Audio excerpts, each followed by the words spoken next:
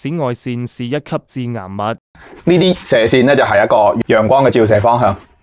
呢度寫住咧正午啦，正午咧個太陽咧就係向90度直射落嚟嘅，係咪先？係。如果下午3、4點咧，咁太陽個角度就冇咁正啦，咁佢就斜啲嘅。咁到咗黃昏咧，佢就好斜啦。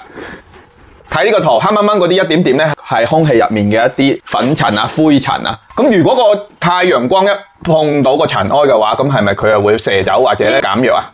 咁如果呢條陽光遇到嘅灰塵越多，咁佢嗰個紫外線係咪越弱啊？我知啦。嗱，咁我而家問你一個問題啦，呢3條線邊條線遇到嘅灰塵最多啊？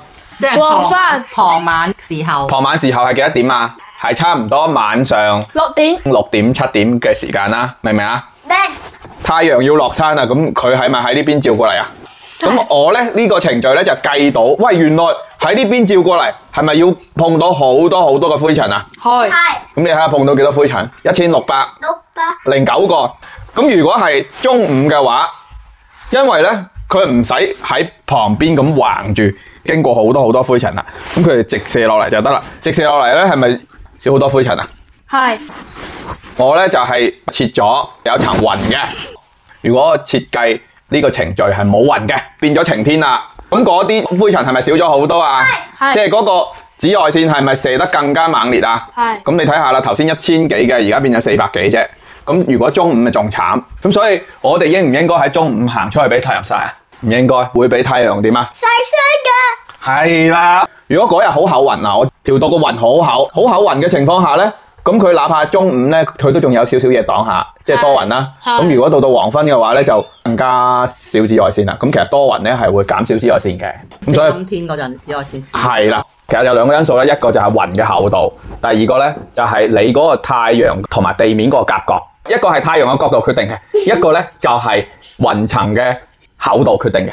同埋大家都唔好太妖魔化嗰個紫外線，有好多知識大家係對紫外線應該要學習嘅。首先咧，紫外線係殺菌啦，呢個好多人知啦。第二個咧就係紫外線可以預防近視啦。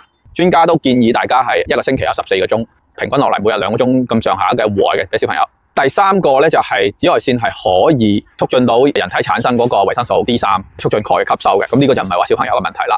到底點樣可以既利用得到紫外線去幫我哋人體吸收鈣或者係預防近視，又可以避免到紫外線令到我哋嘅細胞造成損傷衰老咧？其實係好講究，唔建議大家喺正午嘅時候出嚟曬太陽嘅，呢啲係好戇鳩嘅一樣嘢嚟嘅。